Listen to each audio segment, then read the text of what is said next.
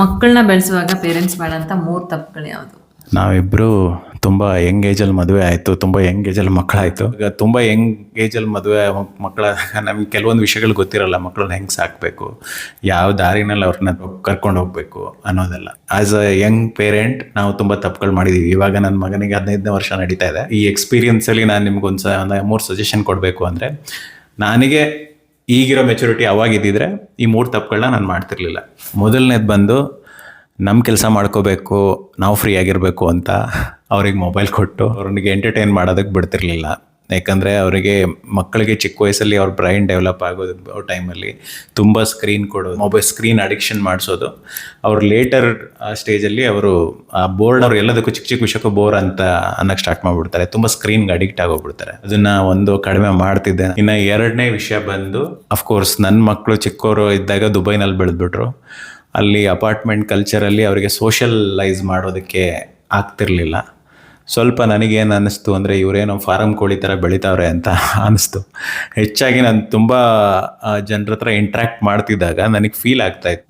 ಅಲ್ಲಿಂದ ಕರ್ಕೊಬಂದು ಇವಾಗ ಸ್ವಲ್ಪ ಜನರ ಹತ್ರ ಮಿಂಗಲ್ ಆಗೋ ಥರ ಮಾಡಿದ್ದೀವಿ.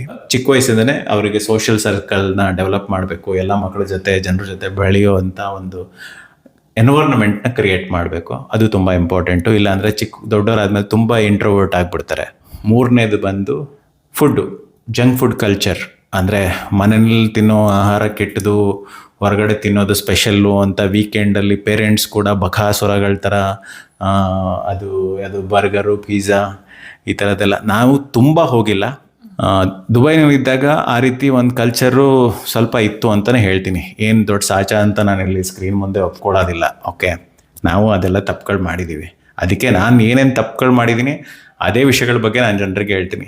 ನಾನು ಮಾಡಿದ್ದೀನಿ ತಪ್ಪನ್ನ ನೀವು ಮಾಡಬೇಡಿ ಅಂತ ಅಷ್ಟೇ. ನಾನೊಬ್ಬ ಅಣ್ಣ, ನಿಮ್ಮ ತಮ್ಮ, ನಿಮ್ಮ ಅಂಕಲ್ ಏನಾರು ಅಂದ್ಕೊಳ್ಳಿ, ಆ ಒಂದು ಇದರಲ್ಲಿ ಹೇಳ್ತಿದ್ದೀನಿ. ಏನೋ ಈಗ ಇದೇ ನಾವೇ ಬಂದು ಯಾವುದಾದ್ರೂ ಒಂದು ಫುಡ್ ತೋರಿಸಿ ಮಾರ್ಕೆಟ್ ಮಾಡಿ ಅದ್ರ ಜೊತೆ ಲಕ್ಷಗಟ್ಟಲೆ ತೊಗೋಬೋದು. ಬಟ್ ಈ ರೀತಿ ವಿಷಯಗಳನ್ನ ವಿಡಿಯೋ ಮಾಡೋದ್ರಿಂದ ನಮ್ಗೆ ಯಾರು ₹1 ಕೊಡಲ್ಲ, ಅಥವಾ ₹1 ಸಿಗೋದು ಇಲ್ಲ. But as a brother I am just sharing. ನಮ್ಮ ಇದು ಒಳ್ಳೇದು, ಇದು ಕೆಟ್ಟದು, ಇದು ಮಾಡಬಾರ್ದಿತ್ತು ಅಂತ ಅನ್ನಿಸ್ತಿದೆ ಇವಾಗ ಅಂತ ಅನ್ನಿಸ್ತಿದೆ. ಬಟ್ ಇವಾಗ ಒಂದ್ಸಲ ಈಗ ನಮಗೆ ಮೆಚುರಿಟಿ ಬಂದಿದೆ. ಇವಾಗ ಹೆಂಗೆ ಮೇಂಟೈನ್ ಮಾಡ್ತಿದೀಯಾ ಅಂದರೆ, ಎಲ್ಲ ವಿಡಿಯೋ ಮಾಡಿದ್ದೀನಿ. ಯಾವ ಫುಡ್ನ ಫ್ರಿಜ್ಜಲ್ಲಿ ಇಡಬಾರ್ದು, ಯಾವ ಫುಡ್ನ ಮನೇಲಿ ಇಡಬಾರ್ದು, ಯಾವುದ್ರ ಬದಲು ಏನು ಕೊಡಬೇಕು, ಎಲ್ಲ ರೀತಿ ವಿಡಿಯೋಗಳನ್ನ ಮಾಡಿದ್ದೀನಿ. ಎಲ್ಲ ನೋಡ್ಕೊಳ್ಳಿ, ನನ್ನ ಚಾನಲಲ್ಲಿದೆ.